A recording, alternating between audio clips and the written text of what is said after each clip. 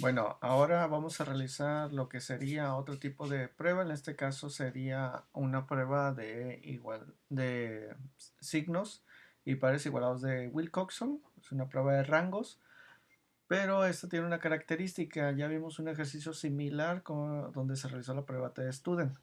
Ok, para esto, este es un ejercicio que se plantea de una campaña para fomentar la conservación de la flora y la fauna. Bueno, como parte de esto, se piensa exhibir, dice que una película producida con el fin de promover actitudes más favorables hacia la conservación de la vida silvestre. Y antes de exhibirla a todo el público, los promotores de la campaña desean evaluar los efectos de la película. Para eso se elige al azar a un grupo de 10 sujetos. ¿Sí? En este caso, se mide la actitud que tienen hacia la conservación de la vida silvestre y una vez ya proyectada la película, pues se les vuelve a hacer este tipo de cuestionario. Es como hablar un pretest y un posttest. Bueno, para ello dice que el instrumento tiene 50 puntos posibles y en cuanto más alta sea la puntuación, pues más favorable será la actitud hacia la conservación de la vida silvestre. Bueno, estos son los puntos obtenidos antes de la presentación o del documental y después de este. Entonces se tienen dos puntuaciones, una previa y una después, que será el pretest y el posttest. Bueno, para esto podríamos o se puede realizar una prueba de student si cumple con el criterio de normalidad, pero algo que tiene la prueba de Wilcoxon es de que esta es utilizada en combinación, bueno, con el grupo de diseños correlacionados y además, bueno, es una alternativa a la prueba TD-Student para muestras relacionadas.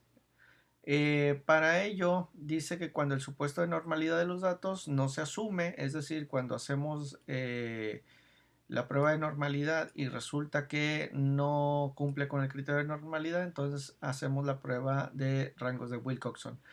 Pero también esta puede ser utilizada cuando los datos no tienen la escala adecuada. Es decir, en este caso, el tipo de variable que se utiliza. Por ejemplo, para el SPSS tiene tres tipos de medidas: escala, ordinal y nominal. Bueno, en este caso, debido a estos puntajes de la variable ordinal, se utilizará la prueba de rangos de Wilcoxon. ¿Por qué? Porque ahora sí me interesa, o el objetivo es de que entre mayor puntaje tenga, por ejemplo, esta persona aumentó su conciencia sobre la conservación de la flora y la fauna a comparación de cómo había entrado. Otros sí también aumentaron, pero de un modo o de una manera un poco menos, ¿sí? Entonces, en este caso sí me interesa el puntaje de acuerdo a lo que significa que entre mayor número, mayor sea cercano al 50, pues mayor es su conciencia sobre la conservación de la flora y la fauna. Muy bien. Para esto, una vez capturados los datos en el SPSS, cabe señalar que el tipo de variable, ¿sí? Aquí lo tengo, sería ordinal porque si me interesa, ya mencionaba, el puntaje entre más alto es mayor conciencia sobre la conservación. Menor puntaje, menor conciencia. Si fuera de tipo escala, cumpliera con la escala, cumpliera con la normalidad, entonces aplico la prueba TestStudent para muestras relacionadas. Sin embargo, en este caso, pues va a ser la variable o el tipo de variable va a ser ordinal.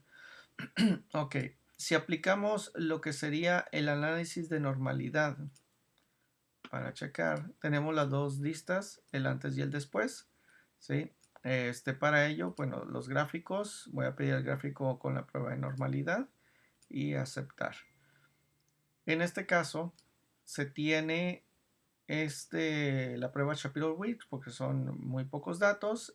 Todos ellos para la prueba de normalidad dice que si el p-valor es mayor que el alfa, a lo cual son tanto el pretest y el posttest son mayores que el alfa, entonces se acepta que sí existe una normalidad de los datos. Como les menciono, si no se cumpliera la normalidad, hago la prueba de Wilcoxon. Pero también el tipo de variable tendría que ser numérica en cuanto a lo que se ha trabajado, o sea, sería una escala y no de manera ordinal. Ok, entonces para esto En este caso, como sí me interesa y la variable no es una escala, sino que es ordinal, entonces voy a aplicar la prueba de Wilcoxon. Ok. Para esto, como para poder determinar cuál sería ese tipo de prueba o bajo qué condiciones, vamos a irnos al diagrama, este diagrama que tenemos aquí de decisión. Dice cumple con la normalidad, en este caso vamos a decir que no por el tipo de variable nada más, no por el hecho de que no cumpla con la normalidad. Entonces ahora bien, el estudio es longitudinal debido a que se hizo un pretest y un posttest y son dos medidas las que se realizaron, es decir, como ya lo mencioné, el pre y el posttest. En este caso, el tipo de variable es ordinal y por lo tanto será la prueba de rangos de Wilcoxon. ¿Sale? Ahora sí, en el SPSS podemos irnos a analizar pruebas no paramétricas, cuadro de diálogos antiguos, nos va a aparecer, creo que no aparece por ahí, y va a aparecer una que dice dos muestras relacionadas. Esta es la penúltima opción. Bueno, una vez que tengan eso, les va a aparecer esto. De hecho, bueno, aquí ya los tenía, pero les va a aparecer de esta manera, sin ninguna de estas, ¿sí?